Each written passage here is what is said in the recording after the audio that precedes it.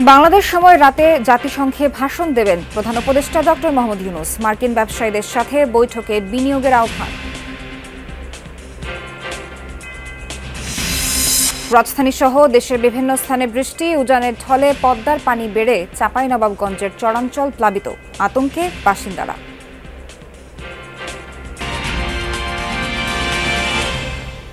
স্বাগত সবাইকে, আমন্ত্রণ যমুনা নিউজে। এতক্ষণ শিরোনাম দেখছিলেন, বিস্তারিত খবর নিয়ে সঙ্গে আছি নাবিলা সোহার।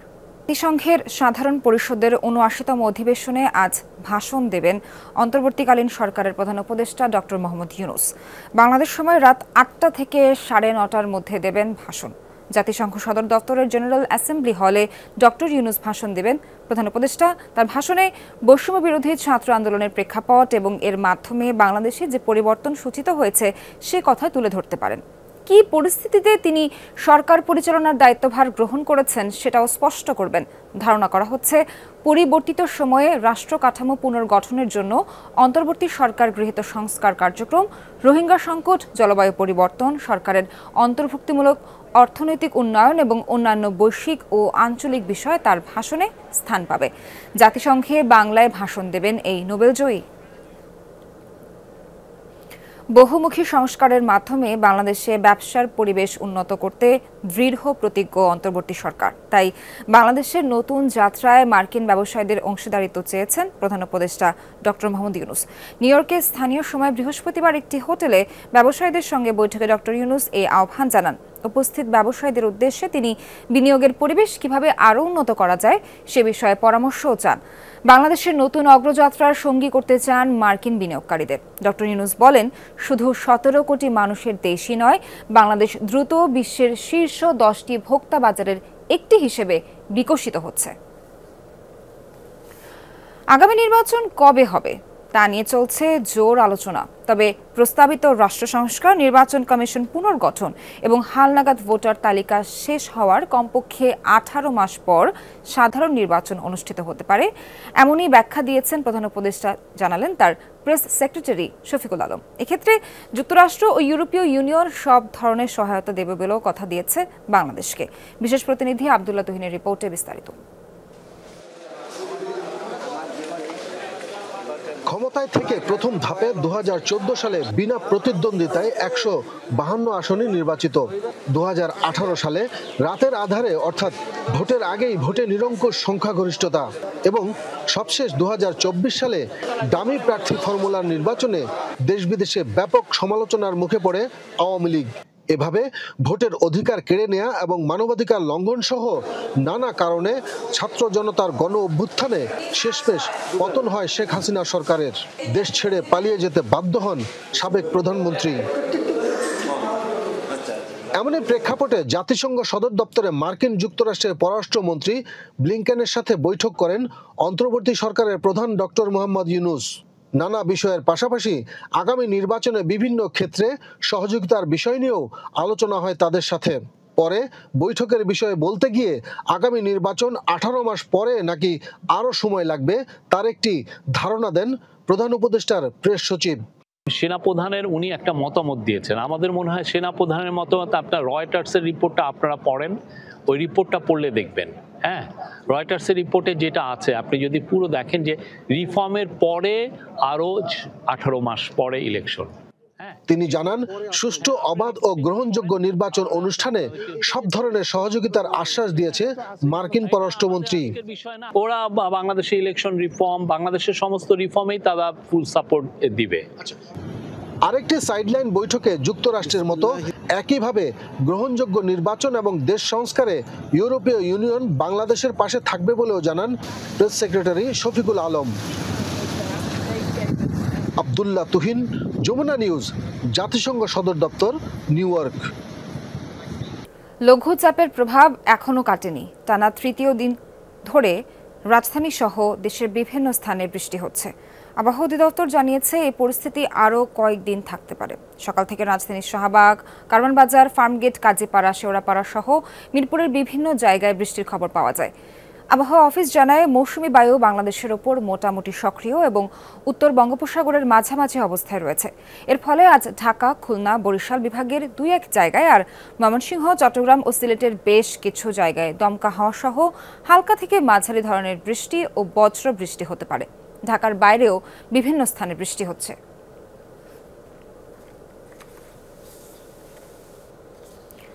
বৃষ্টি আর উজানের ঢলে পদ্মার পানি বেড়ে প্লাবিত চাঁপাইনবাবগঞ্জের নদী তীরবর্তী চরাঞ্চল। বঙ্গোপসাগরের সৃষ্ট লঘুচাপের কারণে 3 দিন ধরেই মাঝারি থেকে ভারী বৃষ্টি হচ্ছে চাঁপাইনবাবগঞ্জে। পদ্মার পানি বেড়ে প্লাবিত হয়েছে শিবগঞ্জের নদী তীরবর্তী চরাঞ্চল। রাস্তাঘাট, ফসলি জমি সহ বাড়িঘরেও উঠেছে পানি। জলমগ্ন অবস্থায় দিন কাটছে নিম্নাঞ্চলের বাসিন্দাদের। জেলার বেশ কয়েকটি এলাকা ডুবেছে পদ্মার জলে। চারপাশে যত ক্ষেত মেতা সব কিছু ডুবে গেছে। বাড়ির সাইডেও মনে করেন যে পানি, আমাদেরও একটা অসুবিধা প্রচুর। আমাদের বাড়ির চারো সাইডে পানি। কালাই ফসল সবারই ছিল, তো সব বানে ডুবে গেছে। তো অন্য বাড়ি থেকে, গ্রাম থেকে এনে রান্না করে এনে আমরা খাচ্ছি। নিজের বাড়িতে পাকশাক করতে পারি না, শুকা পাকা করতে পারি না বন্যার ঠেলায়। এ বিষয়ে আরও জানাতে চাঁপাইনবাবগঞ্জ থেকে যুক্ত হচ্ছেন সহকর্মী মনোয়ার হোসেন জুয়েল। আপনি সেখানে আছেন এবং আপনি সকাল থেকে আমাদেরকে আপডেট দিচ্ছেন। এই মুহূর্তে জানতে চাই যে বৃষ্টি কি এখনো হচ্ছে কিনা এবং যে এলাকাগুলো প্লাবিত হয়েছে সেখানকার এবং দুর্গত মানুষের কি অবস্থা। সোহা, আকাশে মেঘলা এখনো রয়েছে, মধ্যখানে দুপুরের পর কিছুটা রৌদ্রোজ্জ্বল আবহাওয়া ছিল। তবে আজকে সকাল থেকে কিন্তু দুপুর পর্যন্ত, অন্তত দুপুর 2টা পর্যন্ত কিন্তু মুষলধারে থেমে থেমে বৃষ্টি হয়েছে। এখন আবহাওয়া মোটামুটি স্বাভাবিক আছে, তবে এই মুহূর্তে আকাশের যে পরিস্থিতি তাতে কতটুকু মানে এটা স্টেবল থাকবে এটা বলা খুব মুশকিল। তবে আর একটা জিনিস আপনাকে দেখাতে চাই, সেটা হচ্ছে চাঁপাইনবাবগঞ্জের বন্যার পানি কিন্তু কমতে শুরু করেছে। গত 2 দিনে 15 সেন্টিমিটারের উপরে পানি কমেছে, কিন্তু এখন পর্যন্ত কিন্তু জলাবদ্ধতা কিন্তু কমেনি। অর্থাৎ পানিটা যে হারে নেমে যাওয়ার কথা ছিল সেভাবে নেমে যায়নি, যার কারণে কিন্তু সাধারণ মানুষের ভোগান্তি কিন্তু এখনো রয়েছে এবং বিশেষ করে সুপেয় খাবার পানি এবং খাবার সংকট রয়েছে, তারা রান্না করতে পারছেন না। এছাড়া তাদের চলাফেরা, কারণ চারিদিকের অনেকেরই বাড়ি ঘরে চারিদিক কিন্তু ঘেরা রয়েছে, যার কারণে মানুষের দুর্ভোগ কিন্তু রয়েছে। আর সেই তুলনায় কিন্তু চাঁপাইনবাবগঞ্জের এই চরাঞ্চলের যে প্লাবিত এলাকা রয়েছে, সেই প্লাবিত এলাকায় কিন্তু ত্রাণ তৎপরতাও আগের মতো কিন্তু মানে ব্যাপক হারে লক্ষ্য করা যায়নি। তারা কিন্তু বলছিলেন যে আসলে এই ধরনের ত্রাণ তৎপরতা যদি না থাকে তাহলে মানুষের দুর্ভোগ কিন্তু আরো বাড়বে, কারণ জলাবদ্ধতা পানি কমলেও কিন্তু রয়ে যাবে। সোহা। জুয়েল, ধন্যবাদ আপনাকে। রাজধানী সহ দেশ জুড়ে বাড়ছে ডেঙ্গুর প্রকোপ। হাসপাতালগুলোতে বাড়ছে রোগীর সংখ্যা। চলতি বছর মোট আক্রান্ত হয়েছেন 26,500-এর মতো মানুষ। এর মাঝে সুস্থ হয়ে ফিরেছেন 23,500।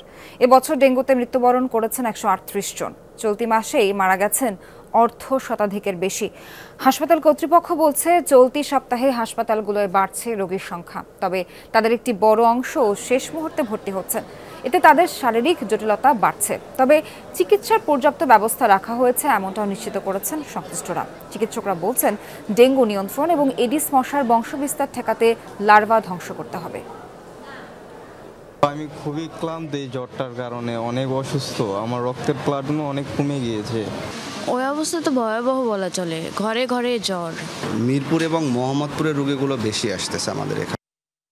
প্রত্নতাত্ত্বিক নিদর্শনের জায়গা বেদখলের বিষয়ে কঠোর পদক্ষেপ নেওয়া হবে বলে জানিয়েছেন সংস্কৃতি বিষয়ক মন্ত্রণালয়ের উপদেষ্টা ডক্টর আসিফ নজরুল। সকালে মুন্সিগঞ্জ সদরের ইদ্রাকপুর কেল্লা, বাবা আদম মসজিদ সহ বিভিন্ন প্রত্নতাত্ত্বিক নিদর্শন পরিদর্শন করেন তিনি। সেখানে আসিফ নজরুল বলেন, বিভিন্ন অঞ্চলে উদ্ধারকৃত নিদর্শনের অনেকগুলোর জাতীয় পর্যায়ে গুরুত্ব রয়েছে। যেসব জায়গা বেদখল হয়েছে সেগুলো পরিদর্শন করে ব্যবস্থা নেওয়া হবে। লালবাগ কেল্লা সহ এই কেল্লাগুলোকে আমরা ওয়ার্ল্ড হেরিটেজ সাইটে অন্তর্ভুক্ত করার জন্য চেষ্টা করছি। আমি ভাবছি এখানে সংরক্ষণের প্রয়োজনীয়তা কী কী আছে, এই অবস্থাটা নিজের স্বচক্ষে না দেখলে সংরক্ষণের যে নীতিমালা আমরা ঠিক করবো, প্রায়োরিটি ঠিক করবো, এটা ঠিক করা যাবে না। এই জন্য আজকে এসেছি। তো আমার মনে হয়েছে এই ব্যাপারে আমাদের নজর দেওয়ার সময় এসেছে। বর্তমান সরকার বিভিন্ন বিষয়ে সংস্কারের পদক্ষেপ নিয়েছে। এই উদ্যোগ সফলের পর একটি সুন্দর নির্বাচনের রোডম্যাপও দিতে হবে, এ মন্তব্য করেছেন জামায়াতের আমির ডক্টর শফিকুর রহমান। সকালে খুলনায় এক সম্মেলনে তিনি বলেন, যারা বিভিন্ন সময়ে মানুষের ওপর গুম, খুন, নির্যাতন চালিয়েছে তাদের রাজনীতি করার সুযোগ নেই। বিডিআর বিদ্রোহের মূল হোতাদের চিহ্নিত করে আইনের আওতায় আনার দাবিও জানান জামায়াতের আমির। অনুষ্ঠানে দলের সেক্রেটারি জেনারেল অধ্যাপক মিয়া গোলাম পরোয়ার সহ জেলা ও মহানগরের নেতৃবৃন্দ উপস্থিত ছিলেন। সংস্কারের রোডম্যাপের পাশাপাশি নির্বাচনের একটা রোডম্যাপ এই জাতিকে দিতে হবে। অনেকে জিজ্ঞাসা করেন সময়টা কতটুকু, আমরা বলেছি সময়টা যৌক্তিক। অযৌক্তিক কোনো সময় নেওয়াও ঠিক হবে না, আমাদের পক্ষে দেওয়াও সম্ভব হবে না। দেশের মানুষ আর দুর্নীতিবাজ লুটেরাদের ক্ষমতায় দেখতে চায় না, এ মন্তব্য করেছেন জামায়াতের নায়েবে আমির ডক্টর সৈয়দ আব্দুল্লাহ মোহাম্মদ তাহের।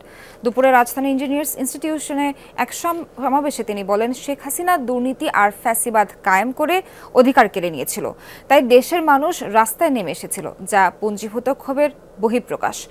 এখন সময় এসেছে মানুষের অধিকার ফিরিয়ে দেওয়ার।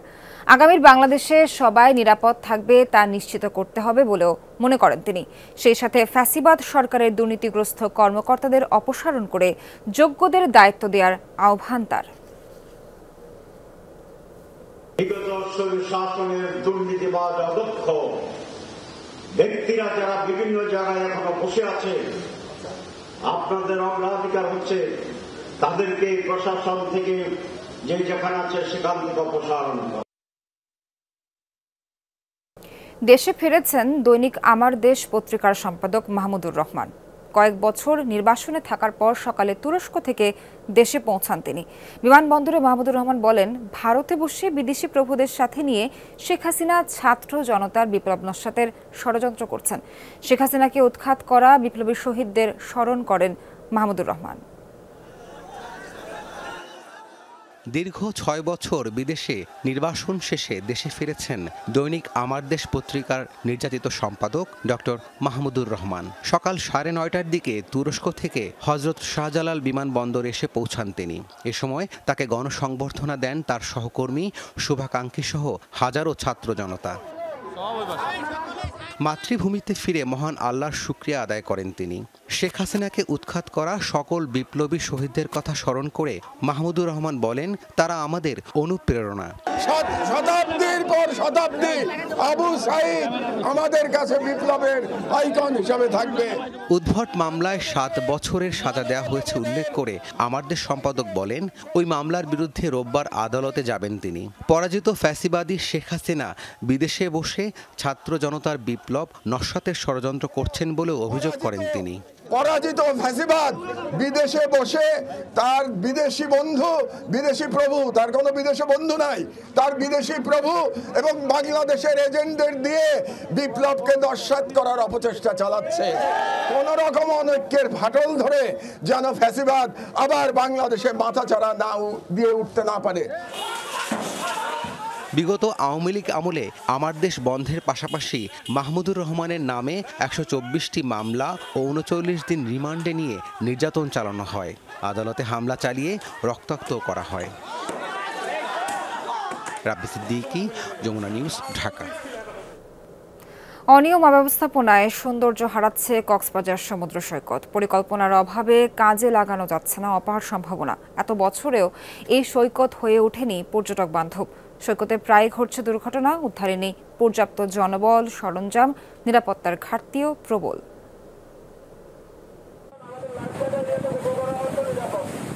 ১২০ কিলোমিটার দীর্ঘ কক্সবাজার সমুদ্র সৈকতে পর্যটকের কম বেশি ঢল থাকে সারা বছরই। বিশেষ করে লাবণী, সুগন্ধা ও কলাতলি পয়েন্ট থাকে সবসময় জমজমাট।